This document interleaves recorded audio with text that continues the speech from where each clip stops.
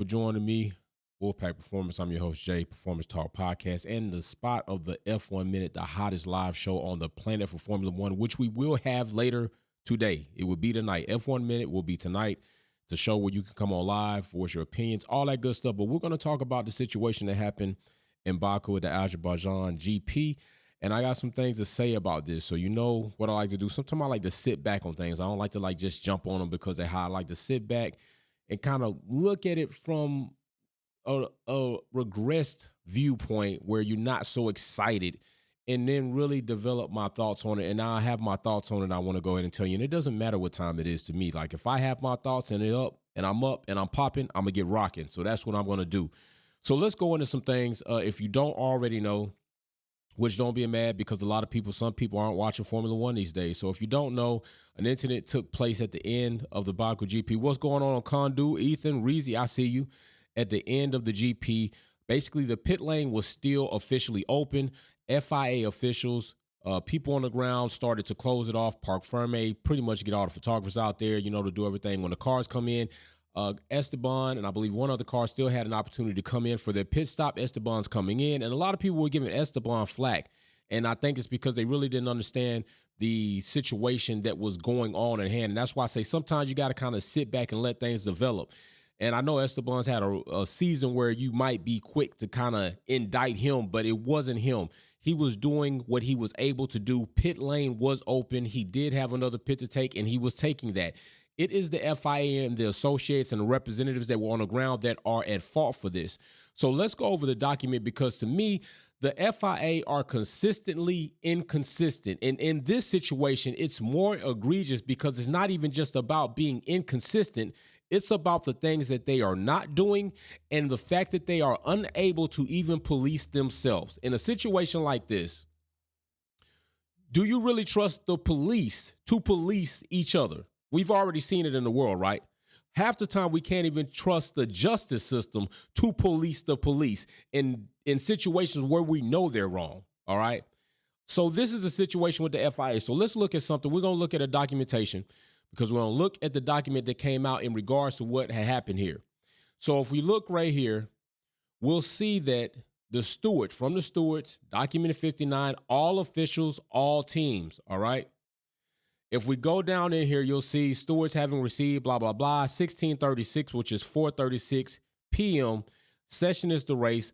Persons blocking the fast lane in the pit lane on the final lap of the 2023 Azerbaijan GP while the pit lane remained open. Now, they're going to give us some articles here. And you know what I like to do? When I have articles, I like for us to go ahead, take some time, look at these articles so that we can get more informed, more educated, in depth about Formula One and the regulations that they are built off of. So we're going to go to 12.1.2.1 hotel, okay? That's the first one we're going to go to.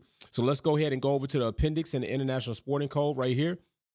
And as you see, we're going to, which one? We're going to 12. What would it say? Which ones did we have? It was 12.1, I believe, right? 12.2.1. All right, so we're going to go to 12.2.1. 12.2.1 is right here. And we're going to go ahead and highlight that. And it says, any public incitement, that's 12.1.m. Let me go to 12.1.h. My apologies. So right here, boom. 12.2.1h. That's where we are. Any unsafe act or failure to take responsible measures, thus resulting in an unsafe situation. Okay? So that's the first thing. All right? That's the first thing that they are citing to us. The next thing that they are citing to us is 12.3.1. So we'll go to 12.3.1 and we'll highlight that, which we were down here already, 12.3.1. And then this one pretty much says 12.3.1 penalties. Okay, it's going into the penalties.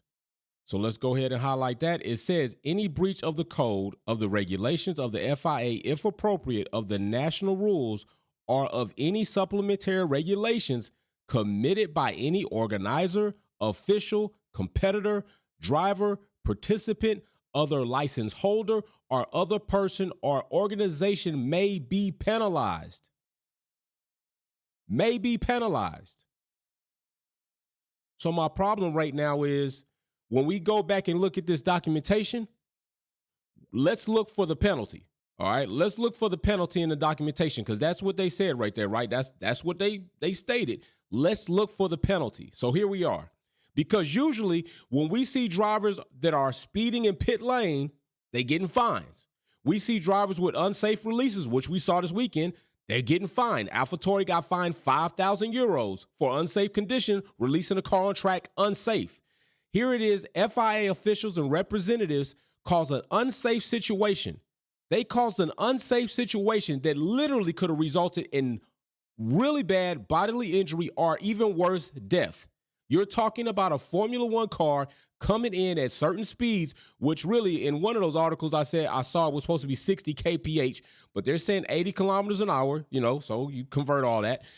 80 kilometers an hour. You're talking about that car making contact with a human body is not going to go well. That's an unsafe situation that they created. In the military, it's often called mishap. If you regress from there, it's called a near miss. Okay, so since nobody technically was hit, struck, injury of any kind, it's a near miss. But we treat it as a mishap. So if we look at this, I'm looking at the facts. They got that. I'm looking at this now. Parc Fermé area also permitted media and other personnel to gather in the start pit lane and the pit lane during the last lap of the race while the pit lane was open and before the final lap stop of Ocon in car 31. Okay, all right, great. We noted, now they're going to say, we noted it was unusual for the representatives to allow such persons into the pit lane just before the end of the race. In the usual course of preparation of Parc Fermé and the podium ceremony, however, in this case, there was one driver that had to pit in the last lap, and this created a very dangerous situation. No. I'm not letting you get away with that. See that wording right there? That's the FIA pawning off on the car. The car was able to make its pit. The pit lane was open. The car didn't cause the unsafe situation. Ocon didn't cause the unsafe situation. The fact that Ocon pitted didn't cause the unsafe situation. You caused the unsafe situation. The FIA is fully responsible for this unsafe situation. And I'm going to go into some other things like you see on this picture. Why? Because this is not the only thing they missed. And had they done what they said they were going to do in regards to that picture you see now, maybe this is something that may have been avoided because they would have realized it was boiling to a head to begin with. So let's go on to the rest of this document. So as it says right here, we consider that it was fortunate that there were no serious consequences on account of what happened today. We stress that the requirements of ensuring a safe and orderly event are paramount. This was acknowledged by the FIA team. Okay. We walked through the relevant procedures and protocol with the FIA representatives in detail and required them to take immediate steps to reconsider these procedures and protocols with the relevant stakeholders, including the FOM, which I got issues with them, the teams and the FIA, and we all probably should have issues with them, to ensure that this situation does not occur again. The FIA representatives expressed their regret at what happened and assured us that they would do so in time for the next event. Did anybody see the penalty? Did anybody see in that entire document? Did you see the penalty? Because I'm going to tell you something right now. Usually in this section is where you see penalty. Usually in this section right here somewhere, this is where you're going to see a section where the penalty, between fact and reasoned decision, you're going to see that money has been allocated to somebody and taken from somebody for the fact that you have been penalized. Where is the penalty that is going to hit your pockets? Is the FIA above making sure they get a fine? Because if AlphaTauri can get a fine of 5,000 euro for releasing a car unsafely, if George, who else got a fine? Was it Esteban? If they can get fines for speeding in pit lane by only 0.2 or 1 point something kilometers an hour, why is it that the FIA did not deem it necessary to financially fine themselves for a situation that they caused? Whether it be the lack of doing or absent-minded to doing, you caused that situation because you did not take necessary precautions. And I'm going to tell you why. Here's another reason why you didn't do that. Not a reason. Here's something that if you were implementing the rules that you said, that maybe this wouldn't happen. Let's look at this photograph because I'm already talking to you about it. And I already showed. Let's go back and take a look at this photograph. Where is it? That was another unsafe situation that could have took place. You know, Max Verstappen liked to put his hands on people when they hit his car. Unfortunately, he didn't put his hands on Russell. It might not have went well. There's the AlphaTauri that was released unsafe. That car was literally driving down the track diagonal. And here's the situation I'm talking about. Do you see the Red Bull team crowded on the debris fence? Okay, all right, cool. I'm glad you see that. Let's talk about this because this also happened in the same GP. Why was this not addressed? Why has it not been addressed? Because I remember this coming out. Now, here's that section right here where I talked about, we can go into this another time, but I'll just highlight it for right now. International circuits competitions, world champion cars using the pit lane and practice auto racing should not exceed 60 kph. We'll talk about that another time because it does also kind of tie into the fact of the pit lane situation, but we could talk about that because other drivers have been getting fines for speeding. So we'll go into that another time. Here's where we really want to be. All right. 12.3.2, restriction of personnel. All right. We want to scroll on down here because this is the section that we really want to highlight and really read into, because this is the section that came out before the season started, I believe. And I want to know why it's not being enforced. Team personnel are only allowed in the pit lane immediately before they are required to work on a car and must withdraw as soon as the work is complete. It is forbidden for personnel to climb on pit wall debris fence at any time. Any action by a team breaching this ban will be reported to the stewards. Did anybody here see a documentation that came out about Red Bull or any other team since we've been through this season being on the debris fence? Because this document literally says very sternly right here, it is forbidden for personnel to climb on the pit wall debris fence at any time. Any action by team breaching this ban will be reported to the stewards. FIA, what you doing? What are you doing? You know what you're doing? You're being inconsistent. And your inconsistencies, time over time, over time, over time, led to a potentially bodily injury situation or a near-death situation today because you've been lax on even policing your damn self with your own regulations. Don't tell me that you don't have you saw what they said on this document, right? Let's look at this document again right here. Right here at the top. Right here at the top. And we've seen this several times in other documents. It says that delegate and the race director, having examined video evidence. So are you telling me you don't have enough video evidence to see that you haven't been enforcing the fact that teams aren't or any personnel aren't supposed to be on a debris fence at any time? That's what you said. You said this. You put this out. You typed or wrote up this regulation.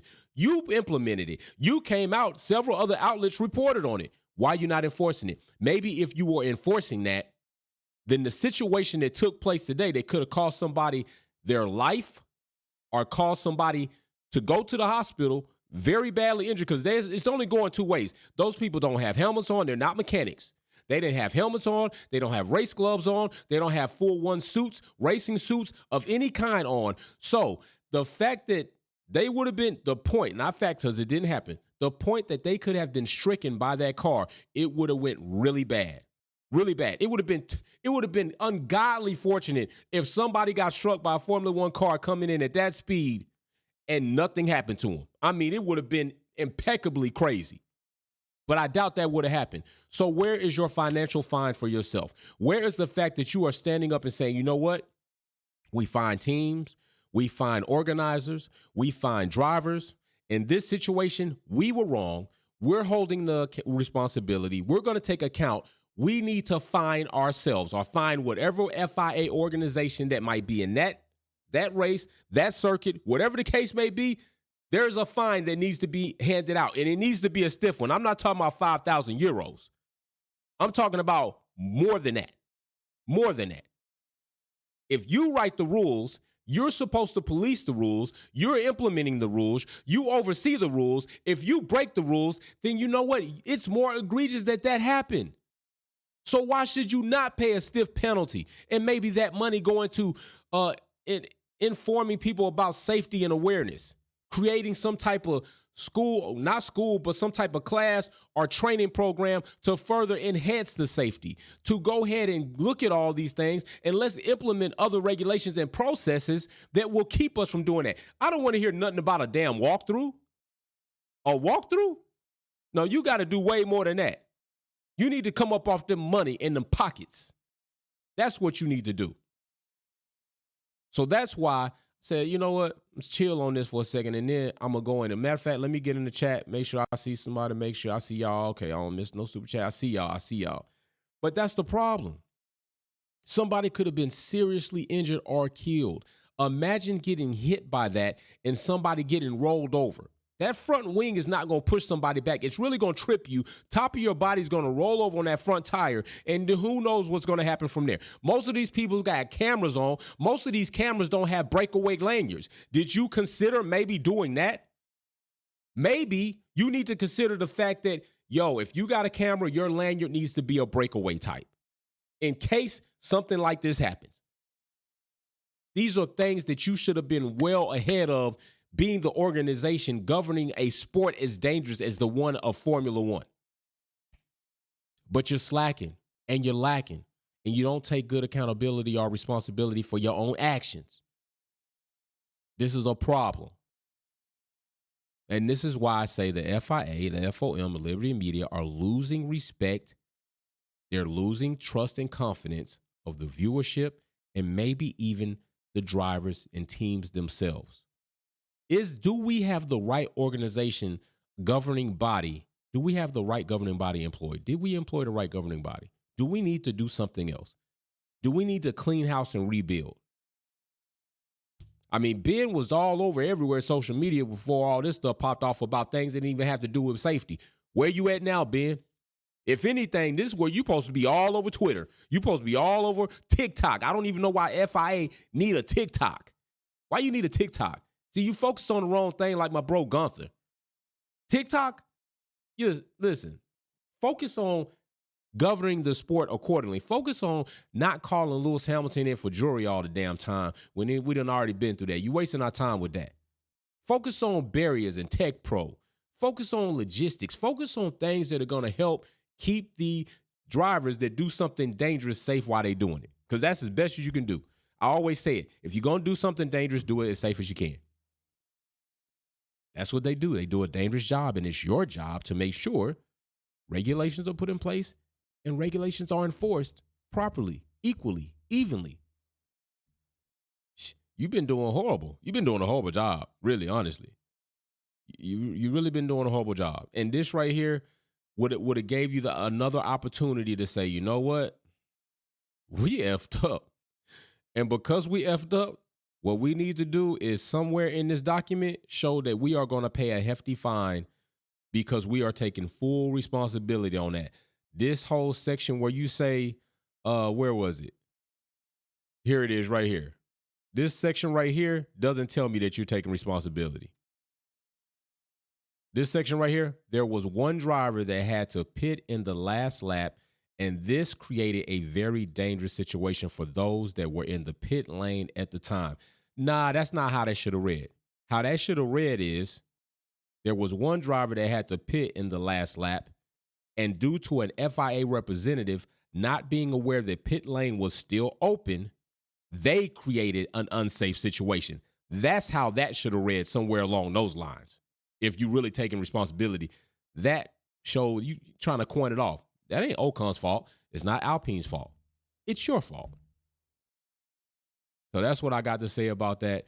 We will be live again tonight for F1 Minute, the hottest live talk show where you get to come on. It's a platform for you, for the viewers to come on, say your opinions, maybe a small debate, talk about the topic, offer your perspective on the topics that we're going to have, which we're going to have about 4 to 5 of those topics and do those segments. It's your opportunity and your time. I set that up just for that, to give you all a voice and an opportunity. Take advantage of it.